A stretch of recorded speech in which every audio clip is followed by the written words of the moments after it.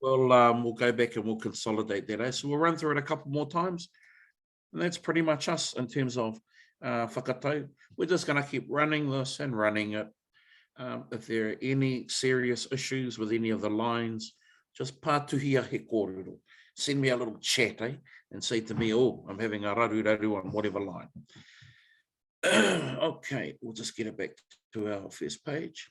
Manawa mai tatau mai e tu te riri e tu te nguha e tu panini hi tu parere tu pako kota I he ako kota I raro I aku taha kangaru e tu ki te rangi te whakarangona mai ai ki taku hau taua papa te watitiri runga te rangi karara, te uira mai, te rangi te waka, te ati tupua, te ati tahito, te tupua horo nuku, te tupua horo rangi horoa, utata ki na te manuta, ki na te pō, ki raro tonga oi, tā ki na ki Hawaii, ki rongo te pō, rongo te ao, te uea, te uea nguha te wai riri whakahu me tamaki tōna whenua papakura. Whakamata ku kia ngaki a te mate o tū whakararo. Beautiful, beautiful. Ka pai, no chat have come through, that's great. We'll have one more run through and we'll leave that there for today. Every day we're just going to keep revisiting the segment, trying to lock it down, and then there'll be a time that we'll come back and revisit and then move on. Here we go. One more time, make it a good one. Manawa mai tatau mai e tu te riri e tu te nguha e tu panini hi tu parere tu pako kota I he a I raro I aku taha kangaru e tu ki te rangi te wakarangona mai ki taku hau taua papa te watitiri runga te rangi kararapa mai te rangi te wakarangona te ati tupua te ati tahito te tupua horo nuku te tupua horo rangi horoa utata ki na te manu ki raro tonga oi tā ki na ki Hawaii ki rongo te pō rongo te ao te uea riri te uea te wai riri hakahu me tamaki tōna whenua papakura te tangi wakamataku kia ngaki a te mate o tū whakararo. Beautiful, let's leave that there. Right, we're going to move into a little bit of wai heke ao. Ka pai. So we'll just get ourselves a little bit of room.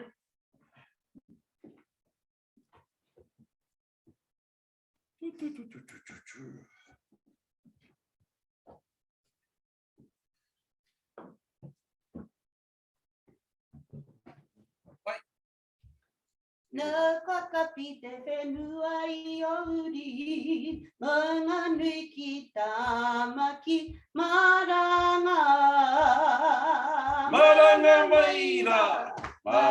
maira, he wahine, purotu, wai heke ao, rere hua, wai heke ao, mare kurae. No kakapi. Nā kakapi te whenua I ori, mga nui ki tāmaki maranga. He tau kupu nā mahanga, he manurere I te pō. He tau kupu nā mahanga, he manurere I te pō. Ka puta kaora. ko tutaki, o wai heke awe. Hiripiro e, ki te amai ana, tō atahua. Ka tai te rongo, ki aha mai warangi. Ko koe tēnā he wahine mana, wai heke awe. Ka putara ko makawe, ko mauku ko weka ko riunga tēnā, ko whiti ko rango. ko te pōtiki, haki puta tō muri Maranga maira, he wahine urotu, wai heke a, re rehua, wai heke a. Mare kurae, nau kwakapi te whenua I auri, nau nganui ki tā maki maranga. Nau kwakapi te whenua I auri, nau nganui ki tā maki maranga. Maranga hui! Kapai, we'll just cut into our next waiata, ka tū au. Beautiful. Oh, nice to put that on top of my 10-kilometre run this morning. Beautiful. Kapai? Ka tū au I te kai o tōku wakatapu ko mahu ki tā rangi wai ka re tū ana te moana o kai para I whakata ki hi ai ki te kōrero takahuri waka rere wahine kia kakea ki te taumata o puke karoro ki reira pure ai e ngā hau o tā whiri mate a katahuri atura ki ngā hiwi kai tarawera kai takanini o kuko iwi e takota maira kia pākuringa ki te pō whakairoko tuki wai te matakaia I mata ki te hia ai e tītai ka aunua ui ngā puna wai o te ipupa kore hiko tonu atu ki maunga whau ki maunga kie te nohoanga o ngā tūpuna ka hoki nei au ki tōpu kai ngā ki ora ki o te puru o tō maki o tumu whenua ngā whare, ngā tifātua te iwi, ngā kuri pure o tā maki, e kore ngaro I te hina pōuri e. Oh, I just had this fear, just before we finished, that I was on mute, and I was thinking, oh, hopefully I haven't been jumping around on mute for the last minute and a half. Ngā mihi nui e te whānau. We are just going to pass the rākau kōrero, rākau wānanga over to Piripi and Tarumai. Ngā mihi nui.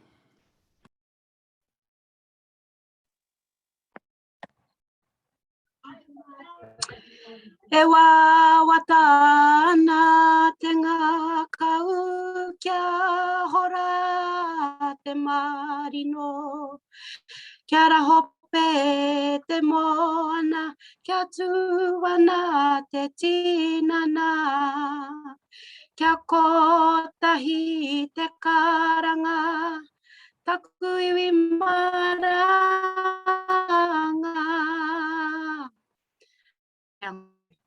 I konei kia whai wāhi atu a hau ki te toa I ngā mihi kia tātou, a ngā kaiwhakarite, ngā pākōrero, ngā pāwairua. Tēnei ka tautoko I ngā kōrero. Kei mahu e ngā whakaro ki te hunga e noho pani ana, te hunga e noho rawa kore ana, te hunga e noho māwiwi ana. Ka mutu te hunga e noho nei I te hina pauri. Ka tuku atu I nei whakaaro ki a tātou, ki a tātou, e pōkai kahatia nei, e te urutā e ngā āhua o te wā. Kia tau iho mai ngā manakitanga, te māramatanga, kia matara hoki tātou ki ngā hurihanga o hina, I tēnei wā o te kore, kia kaha tātou ki a tātou. Tēnā koutou katoa. Just want to mihi to you, uncle and auntie, tēnā kōrua I tūwhera mai I tēnei kaupapa a tātou. Anō hoki, e mihi ana ki a koutou kei ngā whānau. Ko tēnei, te tuku I te haka pōwhiri atu ki a koutou I tēnei wā. Auntie, if we could please have our kupu up for the haka pōwhiri. Heoi, ka tuku hoki I te rākau ki taku tungane ki a Piripi mena rā kei a koe tahi kōrero āpiti, cousin.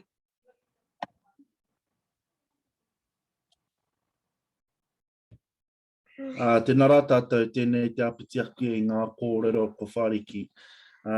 Tika tau e te whanaunga, me matāra I tātou, ki roto I wenei wā, te mate uruta. No reira tēnei anō te tō I aua kōrero. Mihi nui ki a tātou, kua whakaupe mai ki roto ki tō tātou whare, hei whare hui topa, hei whare ahuru mō I mā tātou, o te hapu mo te iwi whānui mai maunga nui ki tāmaki, tēnei anō rā, ka mihi ake ki a koe auntie uncle, a koutou e whakapau wera ana, o tā paua e whakapau wera ana, no reira tēnei ka mihi. Kia ora tātou. Kia ora te whānau. So we're only going to do about 2 to 3, 4 lines maybe, and just kia matara mai, because I might just throw the stick around, just so kei mate koutou I te rongo, ki te rongo I taku reo, and just so that we all can learn the kaya parts, wahine mai, tāne mai. So yeah, kia matara mai. Tēnā I ruia, aue he aha te hau e wawara mai rā, aue ko ngā hau e whā e wawara mai rā.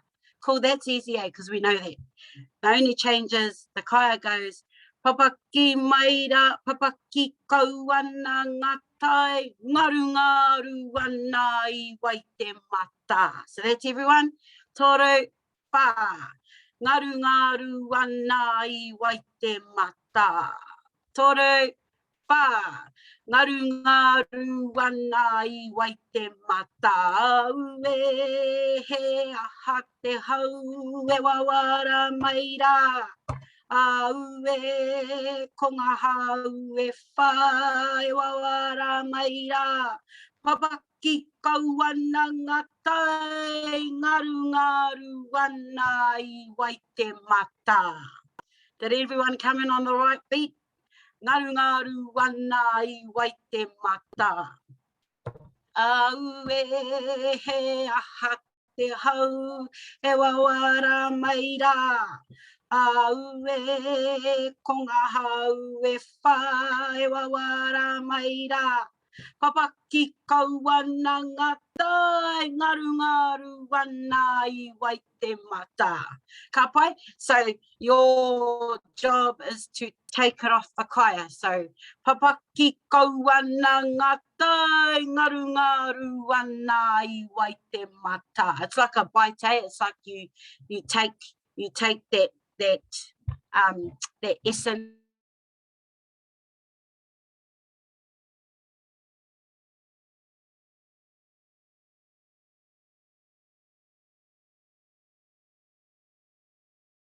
I wai te mata. Tō I a mahuhu ki te rangi ngā waka ki uta. Ka pai, so tō I a mahuhu ki te rangi ngā waka ki uta.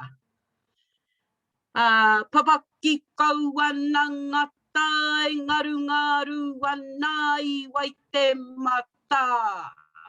Tō ia mahuhu ki te rangi ngā waka ki uta. Kei te pai, choice if it's okay, not going too fast for you. Kei aku kaukuia, kaumātua. I want to see your thumbs, it's not too fast for you. Ka pai. Papa ki kauana ngata, I ngaru ana I wai te mata. Easy, easy as chips. Ngaru ana I wai te mata. Tō ia mahuhu ki te rangi ngā waka ki uta. Ka pai. Ngā waka ki uta kia ki te ai au kia rongo ai. Ka pai. Kia ki te ai au kia rongo ai I te kaupapa I hara mai ai koe. It's a bit, yeah, that might be a bit tricky. Kia ki te ai au kia rongo ai I te kaupapa I hara mai ai koe. Kia ki te ai au kia rongo ai I te kaupapa I hara mai ai koe. Ka pai, we'll do that again. Tō ia mahuhu ki te rangi ngā waka ki uta kia ki te ai au kia rongo ai I te kaupapa I hara mai ai koe. Ka pai, one more. Tō ia mahuhu ki te rangi ngā waka ki uta kia ki te ai au kia rongo ai I te kaupapa I hara mai ai koe. Ka pai, and the same thing. Just take it off the kaya. All those words, those are the first words. Ngaru, ngā waka. Ka pai. Yeah, so I'm going to throw the ball around. We'll give it one more go and I'm going to throw the ball around. Aue he aha te hau e wawara mai rā. Aue ko ngā hau e whai wawara mai rā.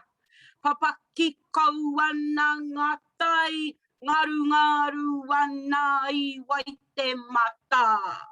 Tō ia mahuhu ki te rangi ngā waka kia ki te ai au kia rongo ai I te papa I hara mai ai koe.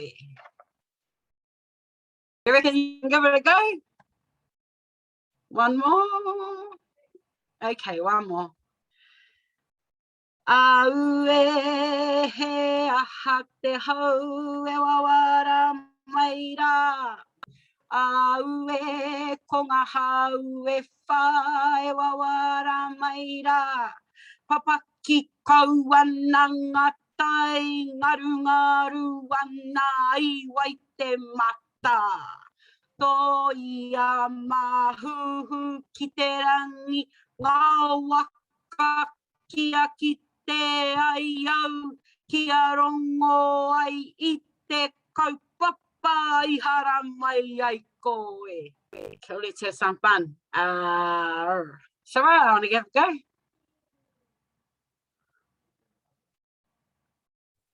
Why not? Can you hear me okay? Alright. Yep. Okay. Tēnā iruia. Aue he aha te hau e wawara mai rā. Aue ko ngā hau e whā e wawara mai rā. Papaki kau ana ngā tai, ngaru ana I wai te mata. Tō ia mahuhu ki te rangi ngā waka ki uta kia ki te ai au kia rongo ai I te kaupapa I hara mai ai koe. Where you corrected me, I was getting the words wrong, eh? Ngā waka ki uta. Ka pai whānau, so we won't ever forget the ki uta ever again, because yeah, that'll remind us. Ngā waka ki uta. Thank you, Soraya. That was perfect. Want to give it another go, please?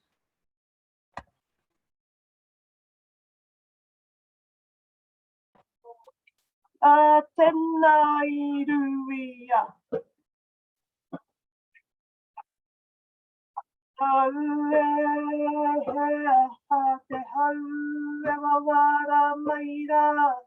Au e tonga hau e wha e wawara mai rā. Papaki kauana ngata I ngaru wana I waite mata. Toia mahuhu ki te rangi, ngā waka ki uta kia ki te aiau, kia rongo ai I te kaupapa I hara mai ai koe. Ka pai, that's the one, cause kia ki te aiau, kia rongo ai I te kaupapa I hara mai ai koe. Ngā waka ki uta, kia ki te aiau, kia rongo ai I te kaupapa I hara mai ai koe. I think we'll leave it there, Uncle. We'll go one more. We'll go one more, eh, whānau? Yeah. Au e he aha te hau e wawara mai rā. Au e konga hau e whā e wawara mai rā. Papaki kauana ngā tai, ngaru ana I waite mata. Toia mahuhu ki te rangi ngā waka ki uta kia ki te aiau, kia rongo ai I te kaupapa I hara mai ai koe. Ka pai te whānau, I think we'll leave it there. Just really want to just leave you all with one more last kōrero, and that's just the purpose of a haka pōwhiri is to align our whakaaro as one and to kind of manifest ihiwihi and tapu, our own unique ihiwihi and tapu into a combined and collective, to solidify our kaupapa. So when gearing up or preparing for haka pōwhiri, it'll be good if you could take 2 minutes to yourself just to get that mindset right, to put your mind on the kaupapa and the mahi that you need to do in order to carry that kaupapa. Too often, at haka pōwhiri, we're all waiting for someone to tell someone, but I think in these wānanga and in this space, we can actually talk about it so that when it does come time, we're actually already there and we actually don't need to be told what to do. So that's it really. That's Harley, if you can hear. That's it really, whānau, just really wanting to leave you all with that. But if Piripi has any last words to add, yeah. Tēnei ka mihi, tēnā koe e te whanaunga e taru mai, tēnā hoki koe e Soraya, ngā mihi e te whanaunga. Yeah, just as Taru alluded to, whānau, you'd probably seen examples of this during our own pōwhiri up at our marae. You see our kaikaranga, they go off in the corner there, and then they have their own time to themselves to prepare themselves, get themselves in the zone for the karanga they're about to deliver, as well as those who are leading the charge within the haka pōwhiri. So yeah, you see examples, but thank you Taru mai for just bringing that up. Nō reira, kia ora, tēnā tātou. Kia koe, Uncle.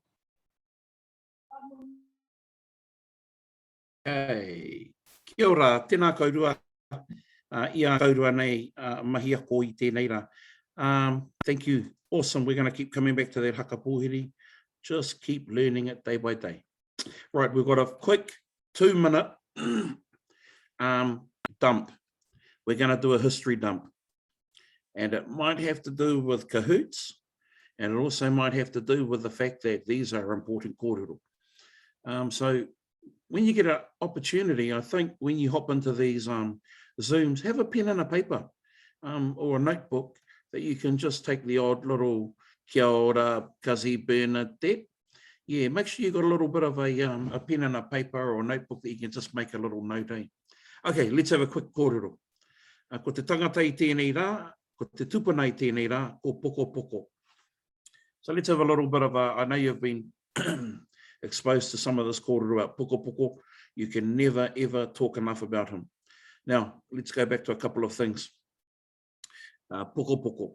Poko poko's parents were Haki puta tō muri and kuia te ao. Ka pai? So Haki puta tō muri and kuia te ao, and those are Poko Poko's parents. Let's talk about Haki puta tō muri.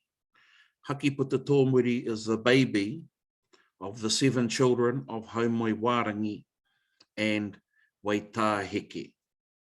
That beautiful action song we do, Waitaheke. Poko Poko, oh sorry, Waihekeao, not Waitaheke. People are looking at me. Who's Waitaheke? That's another kōrero. And so we've got Poko Poko.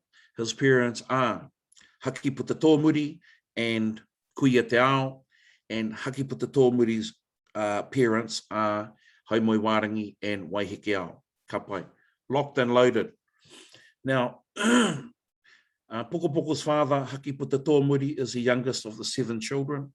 Ka pai, we're clear about that. Let's come down to Haki puta tō muri. Haki puta tō muri is the pathway to Te Uri o Hau. They say that you have to come from Haki puta tō muri to be an Uri o Hau. In actual fact, it goes even deeper than that. Poko Poko, the first of his wives, let's talk about his wives real quickly. Poko Poko's, let's go with Tangi Hangaroa. Yeah, Tangi Hangaroa. Yeah, she's the wife that we're going to deal with first. There is your pathway to Te Uri o Hau, is through Tangi Hangaroa. Tangi Hangaroa, she has Hape te Ngangara, Hape te Ngangara, and Hape te Ngangara has a number of children, and some of those include More, Rangi Nui, and others. Now, those are the tupuna that you need to be able to whakapapa to be an Uri o Hau. Ka pai? So that there's Poko Poko and his wife, Tangi Hangaroa. Another wife of Poko Poko, he had many wives. Another one is Hinerangi. Hinerangi and Poko Poko become the parents of a number of whānau who come out of the Hokianga. So their Uri, their progeny are from around the Hokianga harbour area. That's Poko Poko and Hinerangi. Now we go to Poko Poko and Waitakingarangi. So we're talking about a third wife, Waitakingarangi. And Waitakingarangi is principally the wife who we go back to if you're from Ngai Tāhuhu. Well, actually, sorry, Ngāti Kura. Yeah, Ngāti Kura. Let me correct myself there. And the Ngāti Kura people, they were part of the 3 hapu that sprung up around the O Tamatea Oruawharo main area. So we've got Ngāti Te Kura, you've got Ngai Tāhuhu and Ngāti Tahinga. So the wife, Waitakinga Rangi, she's all about the Ngāti Kura people who are from probably the O Tamatea heading over to Tino Pai way. Okay, another wife is Taumutu. Taumutu being the daughter of Moerangaranga and Ngā Whetu. Ngā Whetu being of Te Kaweraua Maki stock. So this Ngā Whetu, Te Kaweraua Maki, he marries Moerangaranga. And they have Taumutu. And Taumutu marries Poko Poko. Now you could say that half of Ngāti Whātua is covered with this union, but let's say that we're looking at the Ngāti Rango whakapapa. Ngāti Rango. Okay, let's go to the other wife now. Holy Rick. Her name, last wife, I know you're running out of paper, yeah? The last wife is Moerangaranga, the mother-in-law. So moi rangaranga, her husband Ngāwhitu dies, and they have, there's a problem there, that if moi rangaranga isn't taken care of, then her lands will go the way of te kawero amaki. And so Poko steps up. So he marries his mother-in-law, moi of Rango and Tarawamua. Rango being the oldest son of Hau and Waitaheke. Yeah. They're all related. Yeah. Sorry, Joe, you cut Just out. like us. Joe, you cut out for a little bit there. Oh, okay. Moi rangaranga, the daughter of Hau and Waitaheke. Ka pai? That's probably enough. Poko, he was a famed taniwha whisperer, not a slayer. So he didn't kill the taniwha. He was a tohunga. He was a warrior and a peacemaker. Ka pai? Two visions. One is that he died up in Otaua. He died in Otaua. Actually, there's one version.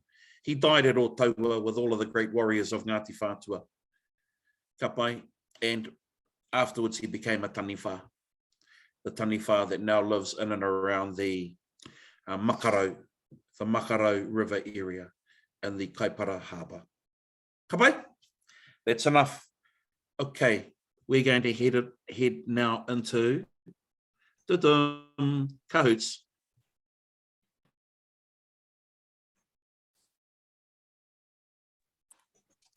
Tēnā koutou. Tēnā koutou, kei te rongo koutou ki au. Ka pai. All right. Awa rima tekau anō o tātou kua rehi te mai ki tēnei huitopa. No reira ko te kau kua, iwa, kua rehi ta mo te kahu, kia kaha kia tātou. For those of us that it's your first time, we'll give you maybe a minute to download an application called Kahoot, and we'll have a range of between 10 to 12 questions every day. You can Google it too. You can Google Kahoots on your laptop. You can Google Kahoot on your laptop also. And just to let you know, the pairua for this week for the Kahoots aligns to the Karakia Hitoria session that happened last week. So today we'll be focused on Poko Poko. Tomorrow we'll be focused on the Battle of Te Karanganui. Wednesday will be about Mahuhu ki te rangi, Thursday will be about Tukurahopo, and Friday will be about Takitimu.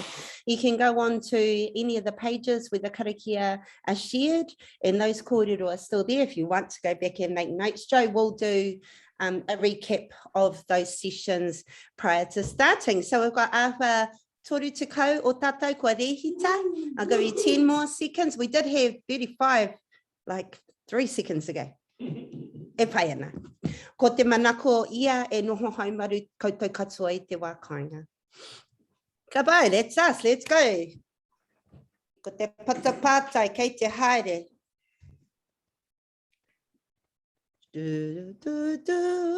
Pātai tuatahi e hoa mā, hea ha tētahi mātā pono o Poko Poko. What were one of Poko Poko's attributes? He tangata huna, he tangata pono, ko tahi anake tōna wahine, and we know that that's not the case after what Joe's just shared with us.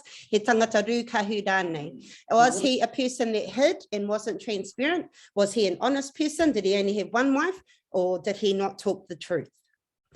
Ko te whakautu tika, he tangata pono e tika na koera titahi o ngā mātā pono o Poko Poko. He wasn't a man, as you'll see in the kōrero hitoria that Te Kura gave, he wasn't a man that hid away things. If there was a discussion to be had, he would go kanohi ki te kanohi rai ki te rai.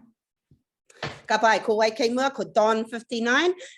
Kei mua I tēnei wā, a me, kua hoki mai, Anahira Rawari, a Saraya, tēnā koe, Auntie Ats hoki. All right, ka huri atu tātou ki te pātai tuarua, ko wai ngā mātua o Poko Poko, ko haki puta tō muri rau ko kui e te ao, ko haki puta tō muri rau ko wai heke ao, ko haumoi wārangi rau ko kui e te ao, ko haumoi wārangi me wai heke ao rānei. Ha, te whaka utu e tikana. Rua he kona e toi ana. Ko te whakautu tika, ko haki puta tōmuri me kuia te ao e hika mā. Ko wai kei mua I tēnei wā, ko heke ihoa Don, kei runga ake a Saraya, nā tō tere hoki te ahua nei, tua toru ko Auntie Ants, ko Broads, tua whā, ko Anahira, tua rima, kei te podium I tēnei wā. This question is a true or false one. Ko waitaki ngā nuku tētahi o ngā hoa wahine o Pokopoko. Waitaki ngā nuku was one of Pokopoko's wives. Is this true or false? Ka moe ia waitaki... Can't be giving it away. Toru he kona e toi ana. Ko te whakautu tika, false. Ko te hua ranga tira tētahi o ana hua wahine o Pokopoko ko waitaki ngā arangi. Rangi e harako nuku. Tēnā koutou. Te nuinga I tika rawa. Ko wai kei mua, ko Auntie Arts, ko Don 59, tua rua, Broads, tua toru, Anahira, tua whā, and hi is tua rima, no mai ki te podium. Pātai tua whā, it's a multi-select, so there is more than one correct answer. Ka rongo nui a Pokopoko I tēnei mahi. Pokopoko is well known for this mahi. He hohou I te rongo is the bringer of peace. He hiia I ka kaita, he fished up a really big fish. He maha o na wahine, he had lots of wahine, he hau tipua ki te poiwhana. He is an expert at soccer. Ko ngā whakautu tika ana te nuinga I tika ngā mahi, he hoho I te rongo, he maha o na wahine. Tēnā koutou katoa, te nuinga. Ka vai, kei mua I tēnei wā, ko Anahira, tēnā koe Anahira, me te tere hoki o tō whakautu tika. Auntie Arts, hi. Che, tēnā koe Che, me mara, no mai, ki te podium I tēnei wā. Pātai tua rima, ko te hea a ngā wahine o Pokopoko no te hokianga. Which of Pokopoko's wives is from the hokianga? Ko waitaki ngā rangi, ko tangihanga roa, ko hine rangi, ko moe rangaranga rānei. Ko wai I te whakarongo ki ngā kōrero o Chai. Ka tahi anō ia, ka whāriki I ngā kōrero, toru he kona e toi ana, haha te whakautu tika. Ko hine rangi, e tika ana te nuinga I tika, ko hine rangi te wahine o Pokopoko no te hokianga. Ka pai ko Anahira Rauri kei mua tonu, and you have a flame growing because you haven't had a highest answer streak of 5. Auntie Arts, tua rua, hi, tua toru Che, tua wha, and Broads, tua rima. Okay, we're halfway there e hoa mā. Pātai tua uno, ka rongo nui te ingoa Pokopoko whiti te rā, I te mea he tangata hohou I te rongo, he tangata hiia I ka kaita, he maha o na wahine, he hau tipua poi whana rānei. Pokopoko is well known for this because he was also either the bringer of peace, fished up a big fish, had lots of wives, or was an expert at soccer. Which one is it? He hohou I te rongo, koera ka whiti te rā I a Pokopoko, because te nuinga o te wā, if he could fix or troubleshoot a problem with his kupu, then that would be his preference, and that's where he would go first. He wasn't shy to battle either. He was a great tour as well. Kia mohi o mai koutou. Ka pai, ko wai kei mua I tēnei wā, ko Anahira, Auntie Arts, hi, Che, Don 59, ko hoki mai koe ki te podium. Pātai tua whetū, ko wai ngā mātua tūpuna o Pokopoko. Who were Pokopoko's grandparents? Were they haki puta tōmuri me kurarua, haki puta tōmuri me wai heke ao, hau moi wārangi and kuia te ao, hau moi wārangi rau ko wai heke ao rānei. Ko wai o na mātua tūpuna. I nei o ngā kōrero. Whakautu tika, te nuinga I tika, ko haumoi wārangi me wai heke ao. Ka tahuri atu tātou, ki te podium, ko Auntie Arts kei mua I tēnei wā.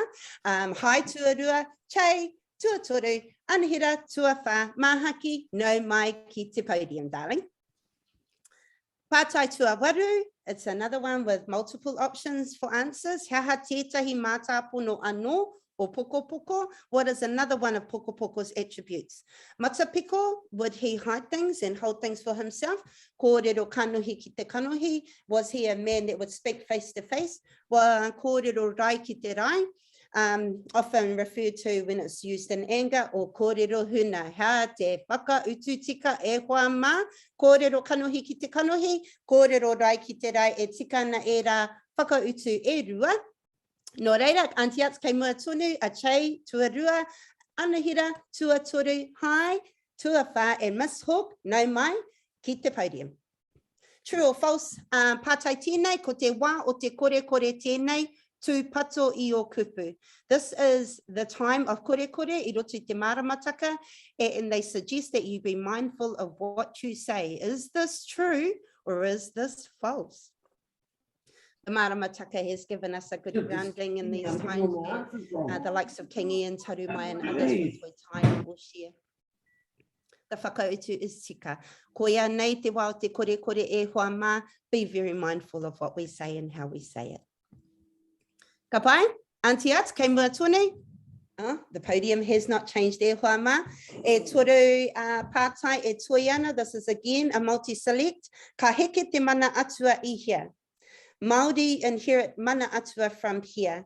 Te kura taiaho did Hitoria piece or a kōrero after karakia last week that talked about mana atua, mana tupuna, and mana tangata, and where these all are derived from.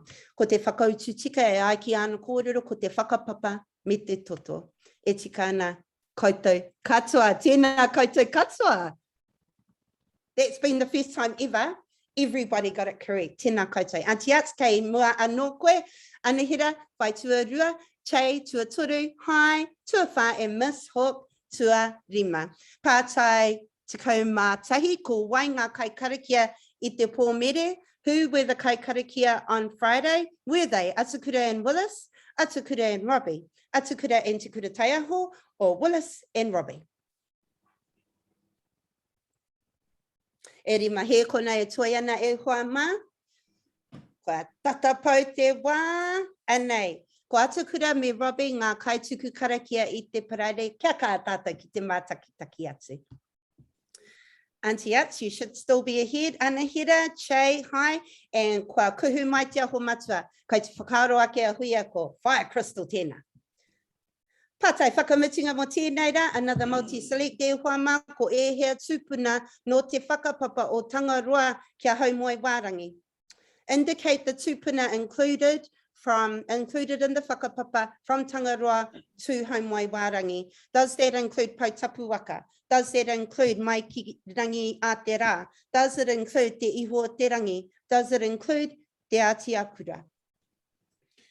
And if you don't know, write down the answer. Ka pai e tikana ko mai ki rangi a te rā me te iho te rangi e rua ngā tūpuna I whakahuatia e tikura I aia e takia nei aua whakapapa. Koe rā te pātai whakamutunga mo tēnei rā, ko wai eke ki te tuatori, ko chei, ko mai te paki kia chei. Anahira tuarua mai e ko wai atu kai mua I tēnei rā, ko Atakura. Tēnā koutou katoa. He kaupapa hei whakakapi I tēnei wahanga mo tātou.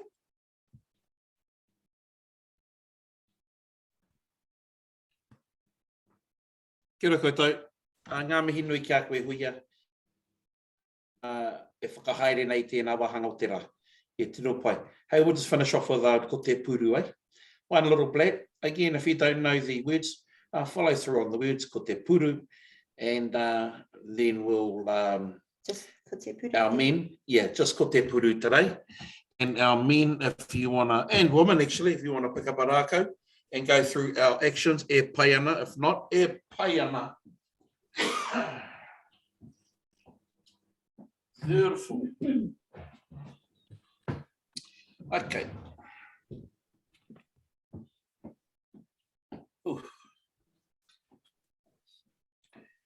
Wa tēnā I karawhiua. Ko te pūru kō. Ka kia ue, kia tū tanga I te riri e. E kore te riri e tai mai ki kai para.